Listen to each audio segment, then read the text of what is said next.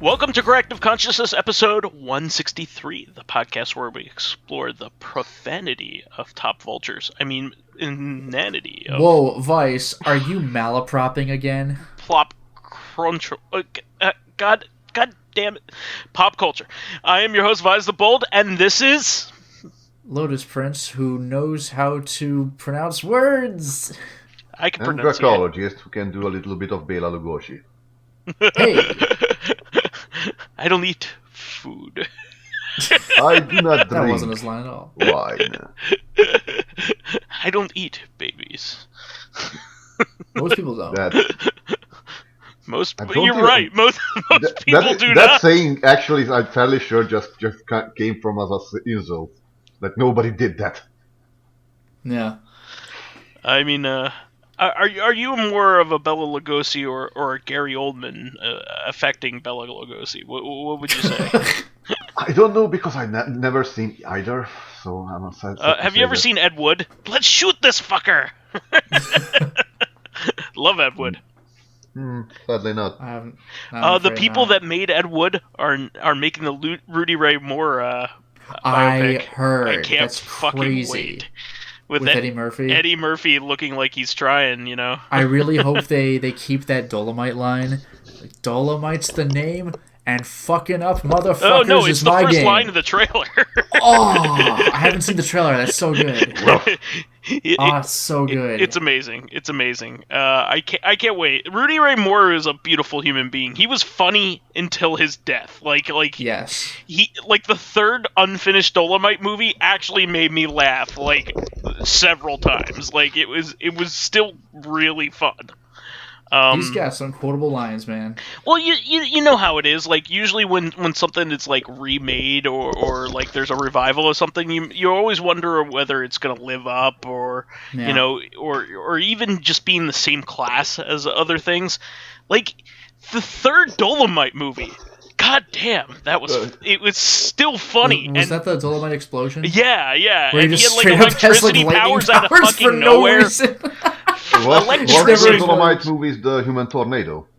That was the second one. Yeah. The second one, alright. The Human Tornado is a crowning achievement of exploitation. It's just... Yeah. Petey Wheatstraw was not a Dolomite really movie, but it's probably one of the better movies he did. Disco Godfather was alright. It has moments. I forgot what the fifth movie was called, or was that the Dolomite Explosion? Yeah, probably the Dolomite Explosion. I mean, it's less of a movie and more like the scenes that he was able to film before he died. Pretty much, yeah. There are parts that are clearly cut together, although that actually makes the ending way better because the movie just kind of ends. The guy loses his the snakes. He just produces snakes and just throws them at the guy, and the guy's like, ah, and then the movie just ends. You're like, what? And a karate guy named Black Chin Ho. Yeah. It's like a gang war where Dolomite's just kind of overseeing it, and he throws fucking snakes at the guy. I don't know. He has snake powers. Where do you get snakes? Yeah, And he's talking in rhyme while he does this shit. Yeah, what's so great is he had a vision. Whenever he made something, he made it exactly the way he wanted it. It was very intentional. Yeah, it's so good. But this is not a Dolomite podcast, sadly. We should sadly just right. we should have one of those. We should watch those movies again. It's been years. Yeah, especially Human Tornado. I need to watch Hercules Returns someday. Which one? Hercules Returns. I don't know that one.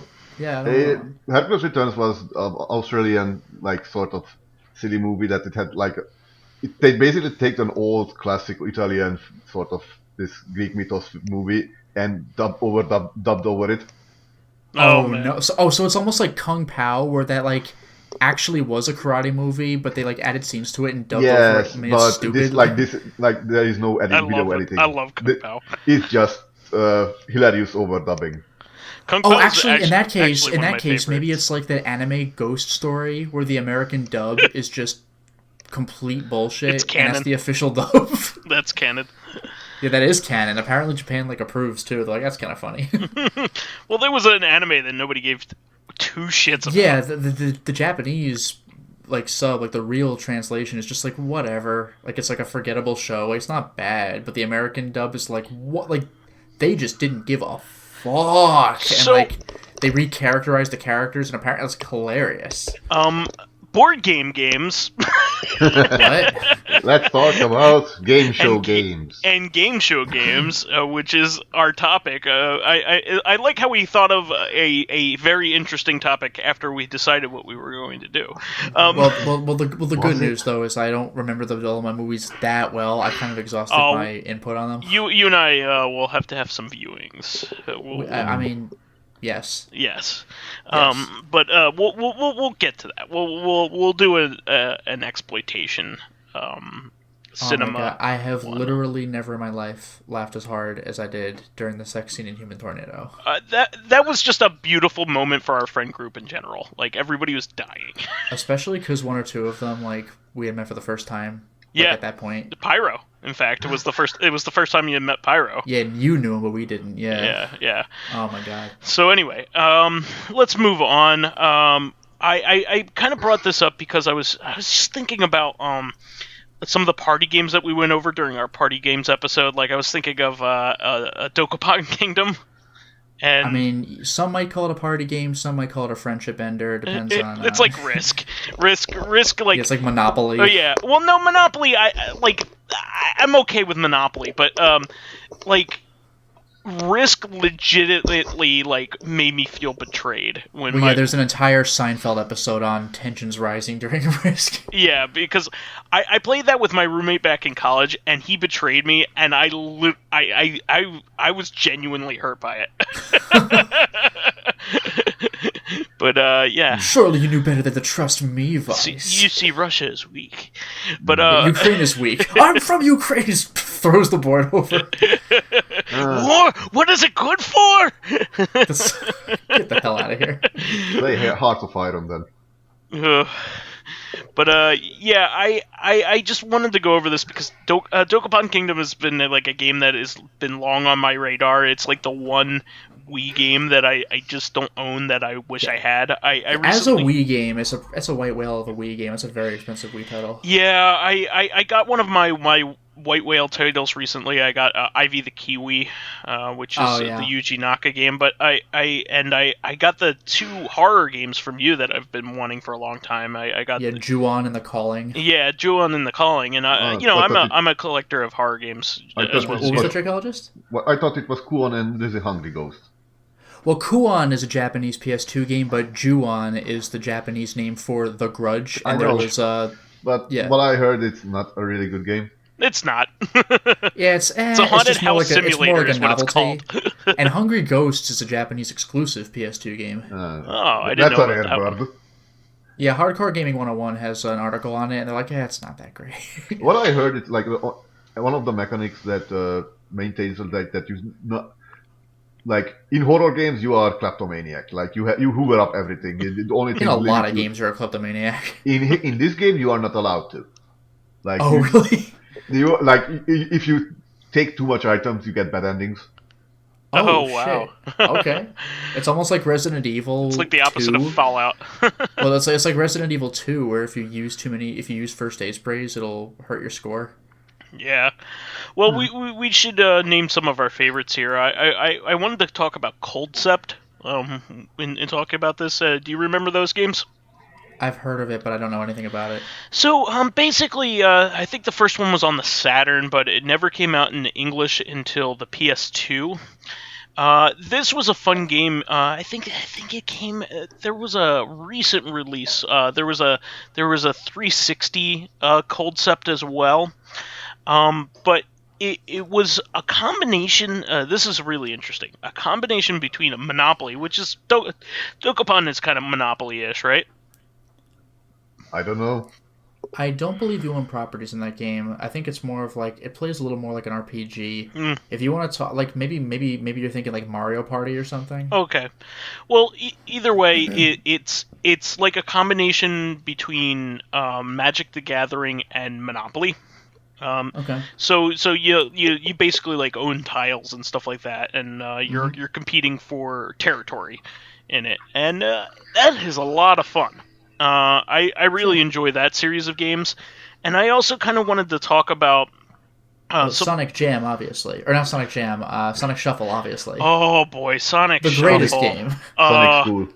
See, I was a huge Sonic fan back in the day before it meant something different to be a Sonic fan, and not that there is anything wrong with that, but I am not I am not in the scene as you should say. You don't want to make an OC and team up with Sonic and his friends in Sonic Forces? I want to date Princess Sally Acorn as well as Gadget from Chip and Dale Rescue Rangers. There's an old reference. Jesus. Oh boy. But no. In all seriousness, I used to be a huge Sonic fan back in the pre-Adventure era and right when Adventure was getting going, because I was a big Dreamcast fan while the Dreamcast was still alive, and just because I was a big Sega fanboy, and like the Dreamcast had so many like arcade ports and other fun stuff on it. And then Sonic Shuffle came out, and I was like, oh man, another Sonic game, this is going to be great. Sonic Adventure was a lot of fun. It was a beautiful game, that's for sure. It was just one of those things, and I was super psyched.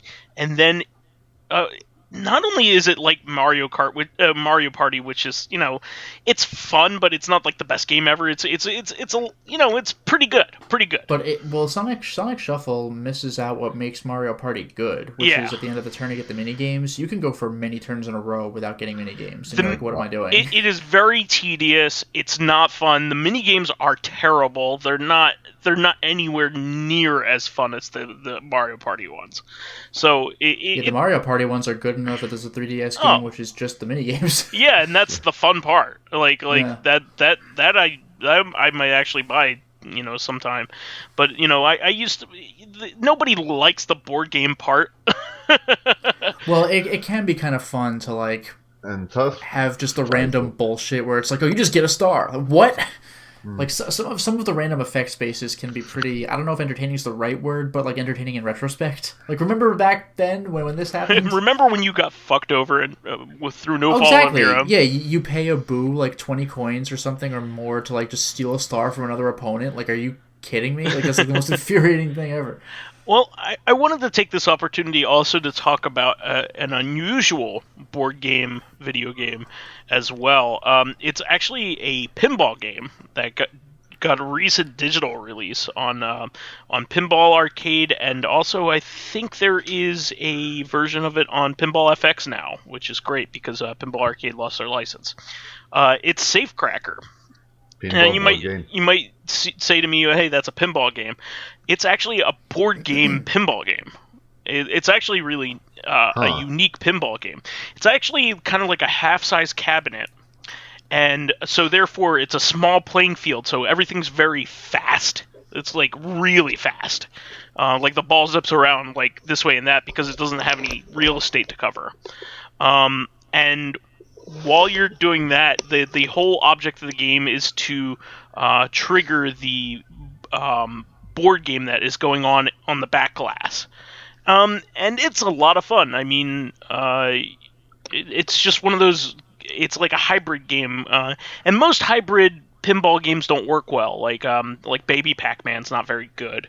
It's a cool game to check out, like if you've never seen it before, but it's just not a good game. Like the actual pinball game itself is not fun to play. Safecracker is actually a lot of fun to play. I really enjoy it. So some pinball fans don't like it because they don't like waiting for the board game to happen. But I think it's a blast. So I wanted to mention that. And did any of you ever play like any games when you were a kid, like board games? Like on the NES or something like that, or personal computer, like Baby's First, like Monopoly on PC, or the Game of Life on PC. Yeah, stuff like that. Or, yeah. A little bit. On NES, I didn't have. What is it? And played on an NES, I never had. I also did not have an that's NES. Why I said personal computer. You had a personal computer. Let me think. There was an old Windows like 95 version of Monopoly. Uh-huh. Yeah, that's probably the same exact thing I'm thinking of. I think there was a Commodore version of Trivial Pursuit. Nice. There was a game called Concentration. Yeah, yeah. Mm-hmm. Actually, yes. Okay, go ahead. There was a game called Matchbox, which was a game of memory game where you have to I think it was you have to play memory game and then you have to guess what was the word behind the tiles. Oh, okay. I see. And there was Archon, which was less of a well, it was basically chess. Only the chess pieces are punching each other actively. Like anytime two chess pieces meet, then the outcome is defined by the players because it's kind of turns into a little duel game. Oh, that's interesting because I've heard of battle chess where No, battle chess it's just regular chess. The players don't determine the outcome, but you get to watch them fight. No, Archon is different. Like there is a light mage and a dark mage, and you will fight different. Like two forces are fighting. Yeah, can't that also be 4-player too? Archon. Yes, there was a 4-player version. Although I don't think that was made in today's systems. It's very similar to chess, but it like all the pieces had like the unique movement sets, like in chess. Yes, like one of the DOS version was kind of dickish because like a friend of mine was like, yeah, let's play this, and he pants me because he knows what to do. It was like one of the enemies had like a homing projectile that stick to you that slowly dealt you damage and slowed your character speed, and you could not it was impossible to beat. Unless you actually, well, you know what I'm almost reminded of when you say kind of like chess, but the players determine the outcome when the pieces clash.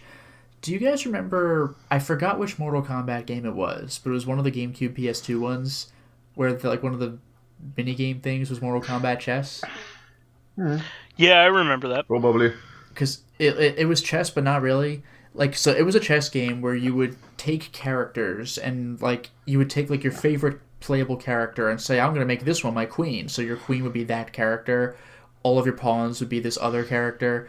But if it ever got to a point where one piece would capture the other, they don't capture. You go into an actual duel. So if you're a talented Mortal Kombat player, then it doesn't matter how shitty you are at chess. Just kill everyone who touches you. It's fine.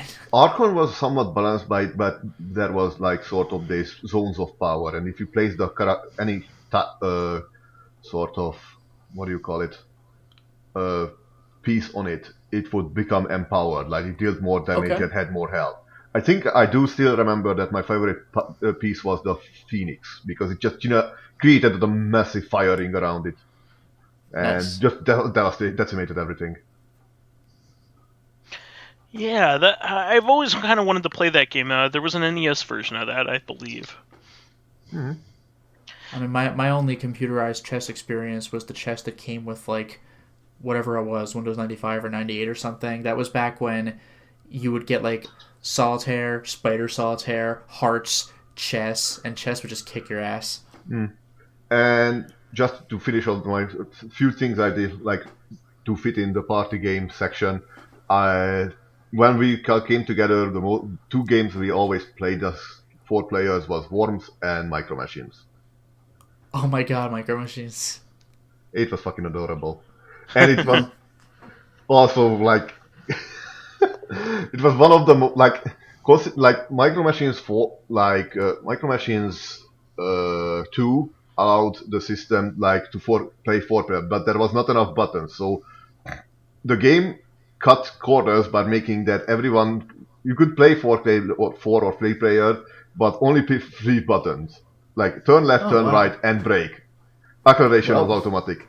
Now, when there was a level when you have to traverse through a sink via a floating sponge, there was some absolute fight over who's staying on the sponge, and everyone was trying to knock the other guy out and try to balance not to drive off the sponge because the auto acceleration.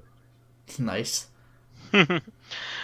Well, I'm trying to remember the ones that I used to play as a kid. One of the games that I used to play, and this one's pretty famous, I think, for its soundtrack because a lot of European programmed games, back on the NES, had really awesome soundtracks, and I really loved Win Loser Draws.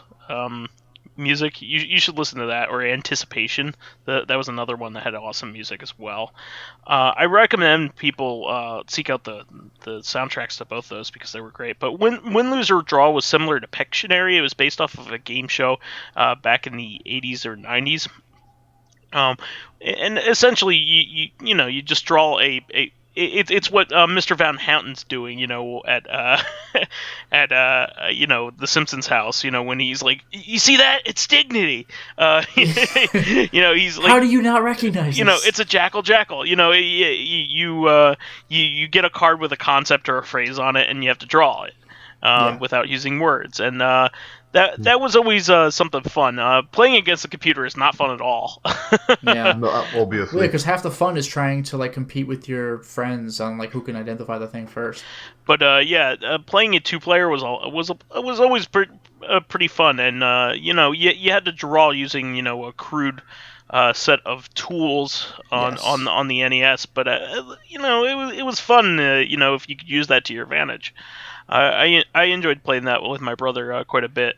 Had an awesome kick-ass music. You should definitely go back and listen to that. I do remember playing a few weeks ago. I was invited to a little bit of Pictionary, internet through Pictionary, Pictionary IO, or what Pic IO. I don't know what was the name. It was fun times. Yeah, basically that. Yeah. Lotus and I play Telestrations, which is very similar, but kind of has a broken telephone aspect to it as well. Yeah, which is quite fun. I actually love the craziness that comes out in that game. I don't know about you, Lotus, but I hate it. You play it every time we hang out. Yeah, it was a lot of fun. And my style play. I kind of mess things up on purpose. Well, not mess things up, but more like give obscure interpretations of what the person is giving me.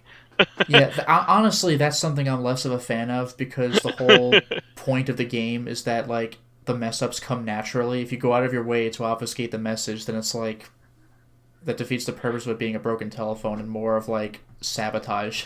Well, I see. Nobody loses anything by making that happen. No, that's true. It's more if I know in retrospect, it's oh. Well, it's more the fun in that game is seeing the progression, where it eventually goes to. Sometimes I'll derail it and it'll go right back to where it came from. I mean, people. If it does, it's quite entertaining. Yeah. I mean, sometimes it turns out to be closer, which is actually pretty funny. Yeah, I mean, what it comes down to is is your message understandable? Yeah. I'm also a bad artist, so anytime when I could actually draw anything that's any discernible. Oh yeah, I'm a stick figure guy, so it's the same with me. Yeah. I have to take very simplistic interpretations and try to get people to figure out the gist of where I'm going. Sometimes I'm I can't draw this, so I'm just gonna make this as goofy looking as possible, and it does work. It does work. Well, I just in Pictionary I was somewhat the word crowbar came up, so I'd drawn a bar with two crows drinking in it. Oh yeah, of course. It's what is that called? A rebus? Pretty much. I don't know that one. Well, a rebus is that kind of it's puzzles for children, oh, I know what you mean. What they would do in Looney Tunes when a guy fell for something, he was a sucker, so he would turn into a lollipop, that kind of thing. Someone's doing something stupid, they hold up a screw and a tennis ball, so screwball. Yeah, screwball. Yeah, that's what that is. Yeah, that's what it's called. I think it's called a rebus. Well, I forgot about that screwball. It's been a long time, dude. I remember Jackass. I would just see a donkey and I'd be I don't get it. One thing I didn't, one type of game I didn't like back then was Jeopardy. As much as I like Jeopardy in the actual practice of it, I love watching the show.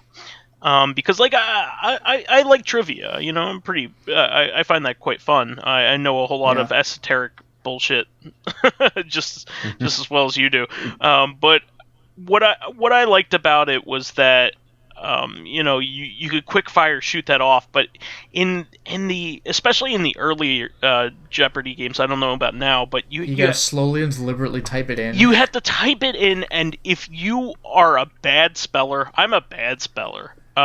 You will lose. Yeah, if you're gonna have a bad time, especially because they time you. This is unimportant trivia, but but not the right unimportant trivia. Yeah. Yep. Yeah, and especially because stuff like Jeopardy is like, if you play NES Jeopardy, they're gonna ask you like way more dated questions that might have been a little more apparent then, but not so much now, and you're just like, I don't know, man. Old Trivial Pursuit is really, really fucking difficult. We have like this old, version from the 80s. If you play it, it just asks you like the pop culture stuff. Like, what are you even talking about? Like, I've never even heard of this show, I know old shows. Like, I've never even heard of that. Like, what was it? Can you imagine the questions from a Commodore 64 version of a Trivia Pursuit? Oh, jeez. That's gonna be a trip. Somewhere I have a trivia that game's copy, so. Yeah, I kind of want to play the. Speaking of board games and trivia games like that, the puzzle or the Quiz and Dragons, the Capcom one. I kind of want to play the Japanese version, like to see what they ask you in that, because like, it must be like way out there, like about like popular shows from like popular Japanese shows from the 80s and 70s. Like, what the fuck? Yeah. You know what I mean? I also kind of brought this up because I kind of wanted to highlight the fact that like when certain games get translated into like a digital version, they're actually can be fun because like they're not as messy as playing like the real version. You know what I mean? True. That's true. So I kind of wanted to highlight that because like I love Catan, and Catan just came out on the Switch, and I think that's a great game to have on the Switch. That's a really good portable way to play that game. I heard about the game, but I don't know about it. I don't know how to play it. The best way I could describe Settlers of Catan, Lotus and I have played this one quite a bit with our friends. It's kind of like I've played it a few times. It's been a while though. Yeah, it's been a while. It's kind of like the gateway into like games that aren't just your run of the mill. That is true. Yeah, that this is like, it's almost like it's a really fun game. So it's gonna sound condescending when I say it like this, but it really kind of is like baby's first non-standard board game. Yeah, like Euro game is what they call them, or like it's not what you're gonna find in like your local Toys R Us. It's like, this is more like the Barnes and Noble board game section where they get a little bit weirder. You drink your tea while you play this one. Yeah, okay.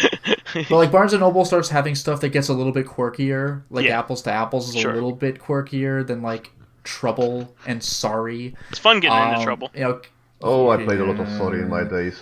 But yeah, you got like Catan, you got like the Fallout board game. It's like, okay, all right. But Catan is... Fallout's quite good, by the way. Is a similar game in concept to Monopoly, in that you have a board and you are trying to seek out locations in which to set up base on. And just like in Monopoly, where you set up will grant you resources. Now, it happens differently in Catan. That's kind of where the other similarity is, that it's a trading game. Yes. Like a big part of what makes it fun is that there isn't a currency. You have to barter with your resources with the other people that are playing. Kind of like Monopoly. Like, you can choose to buy or sell properties with other players when you feel like it, and come to an agreement. But in this case, it's trading currency for currency. There's like, what do you have? Like wood, bricks, sheep. Yeah. One more thing, like wheat or something. I don't know. Yeah. I do want to mention all of those commodities. Yep. Yeah. There was a Hungarian version of Monopoly. It wasn't called Monopoly. It was called Manage Your Resources, I think, with something like that. And there was another game called Hotel, which was a big favorite of ours, just because it had very nice sort of feely items for it. Cool. Oh yeah. Oh yeah. I would like to see that. I love seeing like uncommon like local variants of things, and that sounds like it's right up my alley. Yeah, and the funny thing is the base version of Monopoly happens to be very local to where we live because it's based on Atlantic City in New Jersey. Yeah, that's for sure. Like there's 1,000 versions of Monopoly, but the base version is like an hour from us. Absolutely. I really enjoyed that. Playing Risk also digitally is a lot better than playing the board game because yeah, there's a lot of little pieces to manage also when you're like, I want to turn rolling. These 5 little guys into a horse, etc. The dice are rolling as it continues on in the game gets to be almost ridiculous. Like, and you know how in a lot of games you kind of roll the dice on the board because that's the play area. You really can't do that with Risk. There's men everywhere. This hotel game looks great. I love this. It's really cool. You have the Taj Mahal. Yeah. Oh, nice. Yeah. These are like real buildings too. So these are real hotels. Yeah, that's just neat. Oh man, you should pick me up a copy of this. I would like that. You can actually build the little buildings it's made from cardboard and little plastic tops and bottoms. Oh, this is very charming. I'm glad you showed me this. And the little like the board pieces are little like limousine cars. Yeah, and it looks like it's very high quality for what it is. At some point, my family had a lot of board games. If you want, I can talk about those if you want. Yeah. I mean, we wouldn't have any other chance to do it, and I think the audience would probably like to hear about something that they've never heard about. I used to have a board game called World named? World Games or World of Games. Mm-hmm. I don't know. It was a board game that, like, the board itself was also part of, like, it had many little mini games in it. Like, there was a little bowling game. There was a little swinging skittle game. There was a little mini golf game in it. Oh, neat! Crazy. On the board, like they were these plastic pieces you could use. We never actually played that game properly. I think we was too enchanted by like the little skittle. Like you could actually, there was a little add-on, like a pole and a little piece you could attach to the corner of the playing board, and it had this little swinging weight to it that you could knock down the pieces. Oh wow! You know what that actually reminds me of? Based on what you're saying, how like you didn't really play the game for real, you just play with like the stuff on it. It reminds me of I was gonna say Mousetrap, where like did anybody ever play Mousetrap? Like you just wanted to activate the gadget and watch the Rube Goldberg machine go off. There was also that mini golf board game that was similar to in concept. I forget I think it was just called Goofy Golf or something. I think it had like curling in it. Oh, nice. There was another board game that I don't remember what was it called. But Goofy Golf Machine. That was it. All right. It was like sort of this Goosebumps style, like kid horror, like that. It was this gorgeous, massive plastic castle in the center with this cardboard wall separating the board into 4 section area, and you had to walk through the map and basically seal down the the top of the there was a coffin on the top of the castle, and the function was that was signifying also. It was interesting because it didn't just stop the game, but it also sort of signified how the game ends, because it no longer triggers traps, because the way it functioned, that it had mechanical traps built into the whole game, that if you had this glowing fluorescent skull that you could throw down in this chute, and it would randomly fall down in 4 ways, and it would randomly affect one of the 4 traps, like a knight that drops its axe on you, a floor that catapults you into the air, and stuff like that. This sounds kind of like 1313 Dead End Drive. Oh yeah, that was a good one. And the last game I remember was like this bandit game. Like I don't remember the name. It was like a cops and robbers style game. Like you have to move through the board, and one of the ways to move was there was this little mechanic that you place the card into this little rotating piece, and you would rev it up with a piece with a arm, and it would rotate the card around, and you had to remember how the bandit on the card looked like.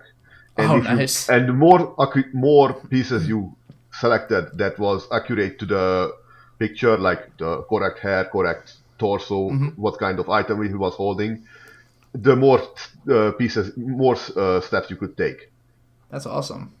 That is cool. I love clever gimmicks like that where you get to play with the game while you're playing the game itself. I even remember there was a commercial for a sort of board game where it had a rail that had this serpentine dragon just darting across and knocking down player pieces if you would not stand in the wrong way. That's rad. That sounds like fun. I'm trying to think what does that sound like to me? Just knocking down player pieces. That Tasmanian Devil game. Oh, I forgot about that one. But I was kind of thinking 2 games. Forbidden Bridge, where the whole gimmick is you're trying to cross a bridge to this idol and steal its jewel, and then cross the bridge back, but the bridge would shake and you could fall off. But there was also, I used to have this back in the day, and I don't think I have it anymore, which is a crying shame, but there was Fireball Island. Oh, yeah. Where there was an idol in the center of the stage that would shoot out like a fireball, which was like a red marble, and it would go down a set path, and I hope that your figure isn't on the path, or else that's a shame. You get sent back to start or something. It was a really cool game, though. The board just looked gorgeous. I also like the Jackbox games quite a bit. As well. Speaking of game show style games, I mean the original I Don't Know Jack was. I found the Ghost Castle one. It's actually called Ghost Castle. What was that? I found the name of the. Oh, sorry. You got the name. Yeah, Ghost Castle. It's just called Ghost Castle.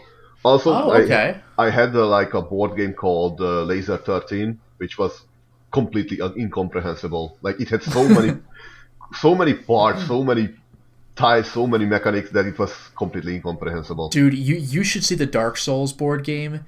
That game takes... You have to research that game you have before to playing it. What are you looking it up? Because the Dark Souls board game, there's so much shit. Yeah, I really I enjoyed playing that, but it's just the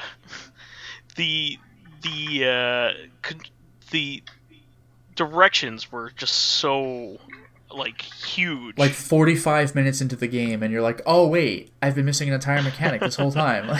Well, this is kind of sorry, not Laser 13, Laser X3. Oh. This is going in the other direction, but we played the Binding of Isaac game this weekend and had a really good time with it. Oh, nice. I think you would really enjoy it. Probably.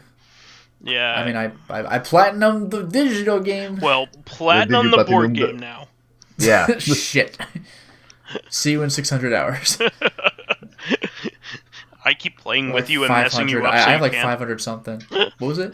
I keep playing it with you and messing you up in the process. God damn it. I wanted to mention that, but yeah, the Jackbox games are a lot of fun. I just enjoy playing those with our friends, on cell phones. While everything's going on the TV. Just the design of that is just really fantastic. I don't remember which You Don't Know Jack game it was. Maybe it was The Ride or something. But I remember, and I think this doesn't even happen every time. I think I just lucked out one time. But I was playing with a friend of mine, and it was like, how many turns would you like this to last? Or how many minutes or whatever it was. And it gave you 2 options. And I asked my friend, how long do you want the game to be? And it was like, I don't know. And we're kind of thinking about it. And the game got fed up. And it was like, all right, fine. And it picked, a number between the 2 that was, not an option. And it just put us into it. I was like, oh, shit, that's a thing that can happen? It was amazing. Oh, yeah. I just loved all the different... I like the horror-themed game. I forget what that's called. I forgot what it was called, but I know what you mean. Yeah, that one's a lot of fun. I really enjoy that. I really enjoy anything that really kind of has a good theme to it. I like that. Well, any other major ones that anybody wants to mention? Well, this one never made it digital, as far as I don't think it could. But have you ever... Actually, Vice, I know you've played it once. Dracologist, have you ever heard of Villa Paletti? Oh yeah, that was a lot of fun. Sadly no. That game's insanely cool. It's almost like reverse Jenga. I don't know. It's a little weird. Like Jenga, you have a tower full of wooden blocks, and you keep pulling them out one by one, and you don't want to be the guy to knock it all over. Well, in Villa Paletti, you have a large flat surface, and each player has 3 or 4 little wooden pillars, and you can put them wherever you want. And then one player, I guess the guy who goes first or something, takes a second large platform and puts it on top of as many of the pillars as possible so they're supporting it.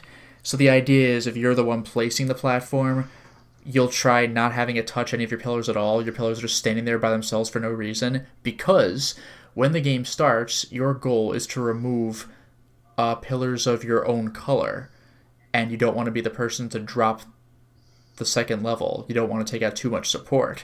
Now the gimmick is the more pillars you remove, the more points you get.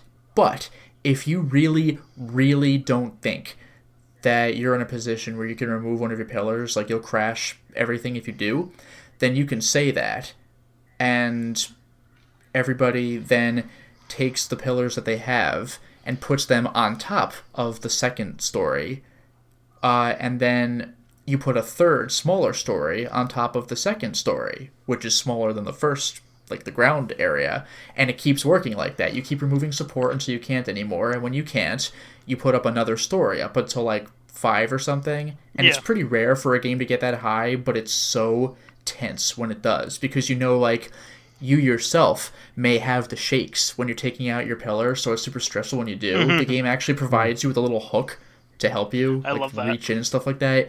It's super intense. So obviously whoever drops the game loses, then you count out your points. But if you actually bring the game to an unadvanceable state, you've climbed as high as you can, then you count out your pillars. What's cool, even though it's a little bit rare, is if you can't remove your pillar and you set up another story, you can still remove whatever pillars you want, including on much lower stories. So maybe a pillar you couldn't remove before, maybe now you can, because there's a whole other structure going down that offsets the balance of the previous one. So you're building a tower while removing supports from it. It's interesting. Yeah, I like that one a lot. Suddenly, there's one game that suddenly came up to my hand. This is a very tiny game. Like, this is a pocket, like, sort of train travel, like, camping game. Sure. Do you know Pass the Pigs? No. Pass the Pigs is like a dice poker game played with 2 little plastic piggies. Like, you can roll the 2 piggies, and how they land is how you get score. And landing them, like, there are specific position they can take, which is often, like, if they land on their side is the most frequent, and if they land on their back is less frequent, land on their feet even less frequent, and it's the 2 most unusual landing is like if they land on their 2 front legs and nose, or they 1 leg, 1 nose, and 1 ear, and that's the highest point. Okay. It was cool. It was like in a little wallet, sort of this plastic wallet, which contained the rule book, 2 pencils, a scoreboard, and the 2 pigs. Yeah, I've seen little travel stuff like that for like Scrabble and things like that. It's kind of cute. Yeah. Oh, actually, I did just remember one thing, by the way. I got one rule wrong about Villa Paletti. When you remove a pillar, you must put it on top of the next platform. Yes. Like of the highest platform. So, yeah, everybody doesn't just do that at once. Like, you're doing it as you play. And then if you can't put it anymore, then you put a new platform on top of the pillars that are already there. There, fixed it. Yeah. All right. Well, I think we explored some good ones there. Nothing quite as good as Rudy Ray Moore, but we did all right. Lotus, if you could turn to our weeklies here. Why, yes. So we have 4 comments. Fakafon is calling back to the janky Grandia translation that was released. He said, "From now on, I want every game to have Fraulein instead of Miss. Forever." Fakafon, I think you may be Frauleining the point. Alright, so, Dracologist, yeah, you yourself had a few comments. Love that guy. Stadia is a massive mess that won't work and is really not consumer friendly. No. Orcs Must Die is a quirky tower defense game, probably the best among its peers. Congratulations, old man Stompy. Older man Stompy? Old man Daddy. Yeah. And then, well, the rest is context for Ion Fury, but we've already discussed that, so I'm just going to be repeating what we already gave a whole thing to last time. Yeah. So, like, it was your contextualization that we've already brought up. Yep. Josh 111888. Speaking of which, Josh had put in one of the comments last week, and I forgot to actually name him, so I apologize for that. So, Josh says sitcoms have not evolved much at all since the late 80s. This was regarding, like, what has not evolved so much? At least 90% of them have the same 4 characters: fat doofus dad, skinny nagging mother, overachieving sister, lazy brother. That's pretty on point from what I've seen lately. I mean, no, you're exactly right. I mean, I know there's stuff like Friends where, like, there's no father-mother stuff, but, like, there's still, it's definitely a trope, though. There's also, maybe for the regular kind of sitcom, but the traditional, like, 3-camera one, but now there's the single camera style, like The Office. That's quite a bit different. There's been some evolution. Well, The Office is a mockumentary. Yeah, but that's also considered to be a situation comedy. It is. That's true. Yeah. And then General Ledger says, the genre that feels most stagnant to me is the romance genre. As much as I enjoy them, they rarely deviate from the POV of a male protagonist trying to win over a woman's heart. It'd be nice to have more instances from a woman's or non-hetero couple's POV. Maybe a woman trying to woo a bunch of birds. Wouldn't that be interesting? It's a very hurtful comment. Yeah, oddly specific. Lotus, you do realize that women are often called birds. Oh. Crudely. So, well, I mean a human woman trying to woo a bunch of literal birds. What about that? Boy, that would be the game for me. Or a woman who goes out with a gigantic kangaroo. Like in Kangaroo. Or a guy who goes out with an otherworldly woman who is a creepy flesh monster. Please don't. And Sayonara. Anyway, so over the last several decades, a lot has... Oh, no, I missed a sentence. Excuse me. So, it'd be nice to have more instances for a woman's or non-hetero couple's POV, or a plot line about an in media res romance being challenged by something other than a romantic rival. Over the last several decades, a lot has changed in cultural norms about gender, love, and marriage roles and ideals, as well as the outside factors that constrain or otherwise influence relationships. Yet, romances rarely seem to delve into these topics and the storytelling potential of them. That is certainly true. Like to this day, and we were talking about dating sims as opposed to romantic like shows or movies, but they're still all largely the same. Yeah. No, I have to agree with you there. They're very formulaic. Also, bonus points for... This is more movie-specific than game or TV show, but the big critical moment where it looks like they're about to break up because of a misunderstanding that is extremely easily explained, and the person who fucked up says, I can explain, and they actually can, and the other person's like, I don't need to hear it, and now we have 40 more minutes of movie that don't need to exist. Yeah. Could be filled with more explosions. Yeah, well, there's always room for more explosions. I mean, Michael Bay. Yeah. Obviously, yeah. All right. But yeah, there we go. Those are our comments. So thank you very much for providing. Yeah, I don't think these insightful comments. Have we run out of questions here, Lotus? Yeah, I'm afraid we're Fraulining questions. We're plumb out. We're Fraulining questions. Well, I'll come up with one. We would like, of course, to answer one of yours, but we'll do one quick. What would you consider your favorite book to be? Oh no, that's a damn tough one. Because a lot of times it's like what I've read recently that's really in my head.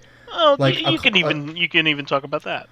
Yeah. Like I mean, a book I read back when I was in like high school or college or something. I remember enjoying. This is really cheating. It's like 6 books, but like the Chronicles of Amber by Roger Zelazny. I thought those books were freaking brilliant. Sure.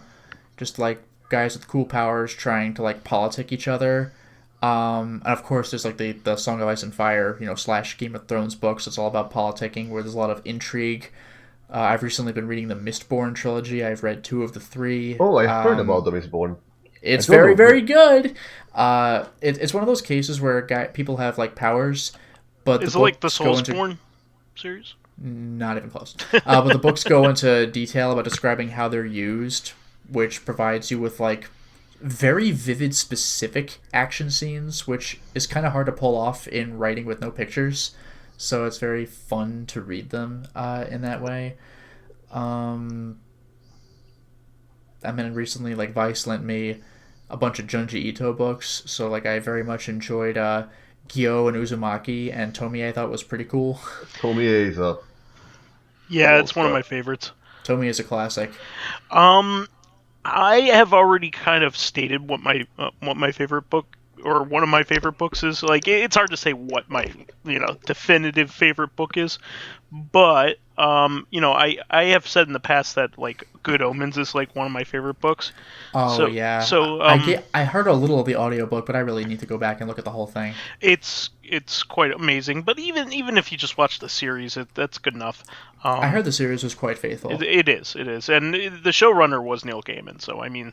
Yeah, like, so it should be. Yeah, faithful. no, it was really good. It's worth doing it that way, but I still maintain that the book is better just because the narration and the prose is really where most of the jokes are. Well, yeah, it's like Catch-22. Like, if you watch the movie, you're missing like 40% of the story. Yeah, really, the narrator is the star of the show. Even if they're like an unincorporated narrator, a third person.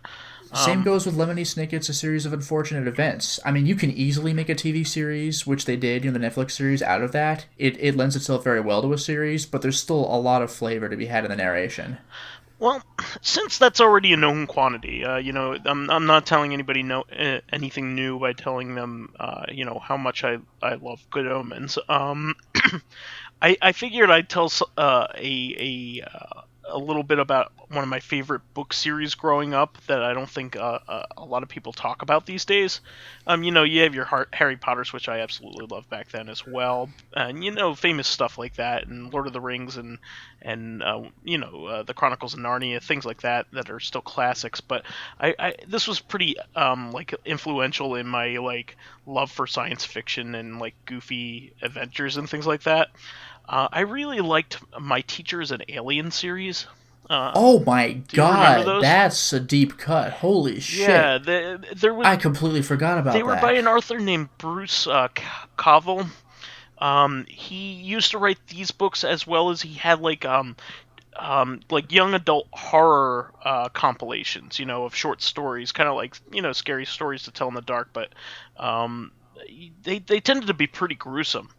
Like there was this one story about this about how this kid came across this like abandoned house, what he thought it was an abandoned house, and it was inhabited by this really grotesque fat man who had like a face on his stomach, like he was like a demon, and he ordered like a pizza and like ate it with his like body. This sounds kind of familiar, actually. Really gross, but I might have actually read that. My Teacher is an Alien, and there was also Aliens Ate My Homework. He made that one as well, that series as well.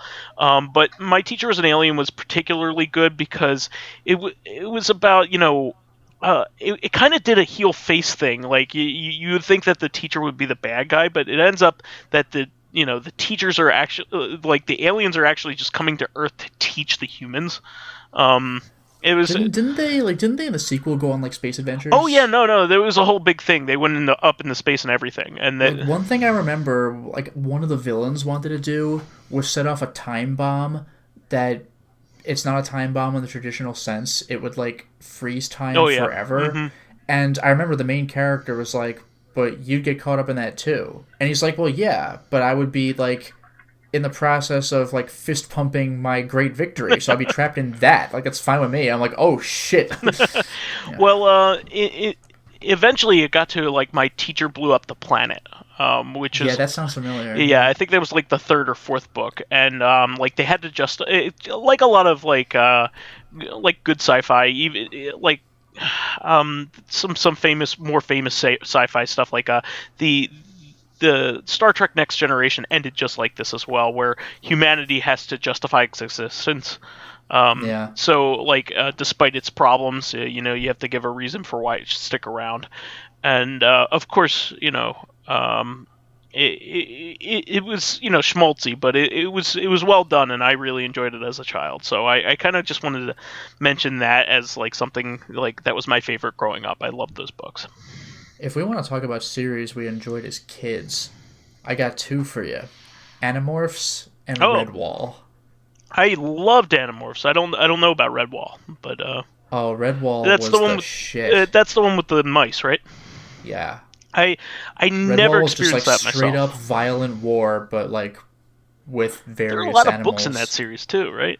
There's a bunch. Yeah. And there's a whole lot in Animorphs because a lot of them are ghost written. I think they're all freely available online now, which is amusing.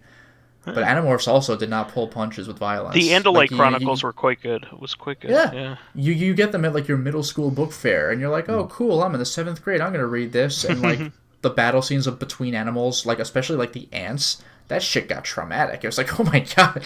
Like you got like people going through like straight up PTSD in those books. Like it got pretty real. How about you, Dracologist? What books were influential on you? Let me think. Like one of my first, like anything by Bram Stoker by any chance? No, actually no. I never read them. I read one Hawke and Fisher book, which is sort of this duo of fantasy detectives, sort of detectives. Oh, fantasy detectives. That sounds interesting. Like D&D setting, and they are basically looking into various cases. That's awesome. Each novel is a story, I think. My biggest one of the book I kept reading was Damien Forestal's Doom, believe it or not, which is an interpretation of the Doom game. I think I actually have those books, except for like the third one. No, you don't, because it's not the. There is two Doom books written. One is the American. No way! Really? Yes, there is two kinds: the American and the Hungarian. Because Damien Forestal is Hungarian. That's so your main character was not named Flynn Taggart? No, he was actually Ukrainian guy called Oleg Gontar. No way. With an American virtual commanding officer slotted into his skull called Andy A. Milne. That's crazy. And the story is basically they chasing down this crazed Satanist priest that get his hand on a very interesting artifact. Okay. I can get behind that. Did they ever translate that into other languages? Because I want to pick that up. I don't think so, but I have the entire transcript, so... That's crazy. I might. It's interesting because it kind of shifts between the view of the soldier, the officer, and the main villain. Nice. And in the second book, they are different scenes and such. They actually name drop like B.G. Blazkowicz. Like the B.G. Blazkowicz. Cool. He's in the book, like he's in the story, like an old veteran. For somehow he survived that long. Yeah, in the American one, I think all the characters' names were custom, and it was the main guy perspective. I think the main guy's perspective the whole time. I could be wrong, but I think it was. Interestingly, there was no other like. In the second book, there is like a support character, but throughout the entire book, there is just just one guy with another guy in his head, like a virtual copy of an officer in his head. It's pretty grim. It's pretty sort of outspoken. Mm-hmm. And the other books, well, I do also read some of the Harry Potter books, not all of them. The first Aragon book was alright. The second one made me like kind of lose faith in the series. I, however, absolutely fell in love with the Bartimaeus trilogy. What was it called? How do you call it? Bartimaeus. Yeah, Bartimaeus. Or I don't know. Yeah, I haven't heard of that one. Harry Potter, I was more into. Like my brother got into the books. Yeah, I read all those. Like so he he read the first book. He was like, "This is great." I was like, "What?" So I read the first book. I very much enjoyed it. And I think from book 2 and onward, my brother went to the bookstore midnight releases. He would destroy those books in a couple of days. and then I would destroy those books in a couple days. So it was pretty good times. Harry Potter. Yeah. Harry Potter. The Bartimaeus trilogy is interesting because it's kind of a little bit of Harry Potter, a little bit of 1984, Orwell's 1984, Jesus. And a little bit of Lovecraft. Like the setting is that there is magic exists, but mages use it as to overpower the lower end of society, with propaganda of how good they are, how gracious they are, and all. Sure. But interestingly, there is like two characters: a demon and a kid. And whenever the kid's story goes, it's third person. But when the demon story goes, the demon called Bartimaeus, it's first person. Oh. I recommend it. Apparently it was kind of banned in America because like it was teaching witchcraft or something, this kind of something we need more of. Banned or people didn't want it because like it's very hard to ban a book in this country. Like from schools maybe, but it's very difficult. Like you can buy the fucking Mein Kampf. Like people will look down on you for it, but you could. Yeah. You can't really ban like the only thing that I know of that's like banned per se is like the anarchist cookbook, that like something like that, Well, doesn't that teach you like how to make bombs? Yeah, or some exactly. Shit? Yeah, so that's like I kind of get that, but like banning a book for witchcraft, like I mean, as much as America bitched about Dungeons and Dragons, you could still buy it. Yeah, precisely. All right, well, any last words on this topic, guys? No, I think that's about it. Just Redwall's not really in the mainstream anymore. Read Redwall. Yeah, Mouse Guard's kind of similar, but just as charming. I would say take a look at that. All right, guys. Well, that will be the show for this week. Thank you to all of our fans who contributed by commenting in our comments sections. Please do list some questions. You did a good job at leaving comments this week, but we do need some new ones. So coming up with some off the top of our head would. Not that I super mind it, but this is meant to be a section for you guys. So we want you to be able to interact with us. And yeah, I Fraulein the fan input. Oh boy. Brilliant. You can keep us supplied with awesome topics by submitting questions of your own via the YouTube and Soundcloud pages. While there, you can give Lotus Prince thumbs down. Just make sure you labeled them. Just remember to tell me that it's because of the puns. While there, please give us thumbs ups, likes, and 5-star ratings on iTunes. There should be a groan. Like like button. A soundboard. Yeah, no, just like the button, up, like thumbs up, thumbs down, and like a groan, like an eye roll emoji. Yeah, or something. exactly. It helps us promote and spread awareness of the show, and any bit of encouragement helps keep the show going. You can also catch us on Tuesdays for our sister podcast, Reactive Consciousness, the in-depth look at this week in our lives. Finally, you can friend it. Me as vysethebold on PSN, Xbox Live, Twitter, Switch, Battle.net, and oh boy, I'm tired. That's a platform. I mean, you could follow me on my YouTube channel, Lotus Prince. You can hit me up. Friendster. You can hit me up on Twitter at Lotus Prince. And finally, if you were interested in seeing my videos early, getting in exclusive live streams, selecting upcoming games for me to Let's Play, like Folklore on the PS3, or getting involved in conversations on Discord between me and other patrons, then perhaps consider swinging by my Patreon account, which can be found at patreon.com/LotusPrince. And you can find me on Steam, Discord, and Skype as Dracologist. All right. Well, we will catch everybody next week. We'll catch you then. Until next time, everyone. Good evening.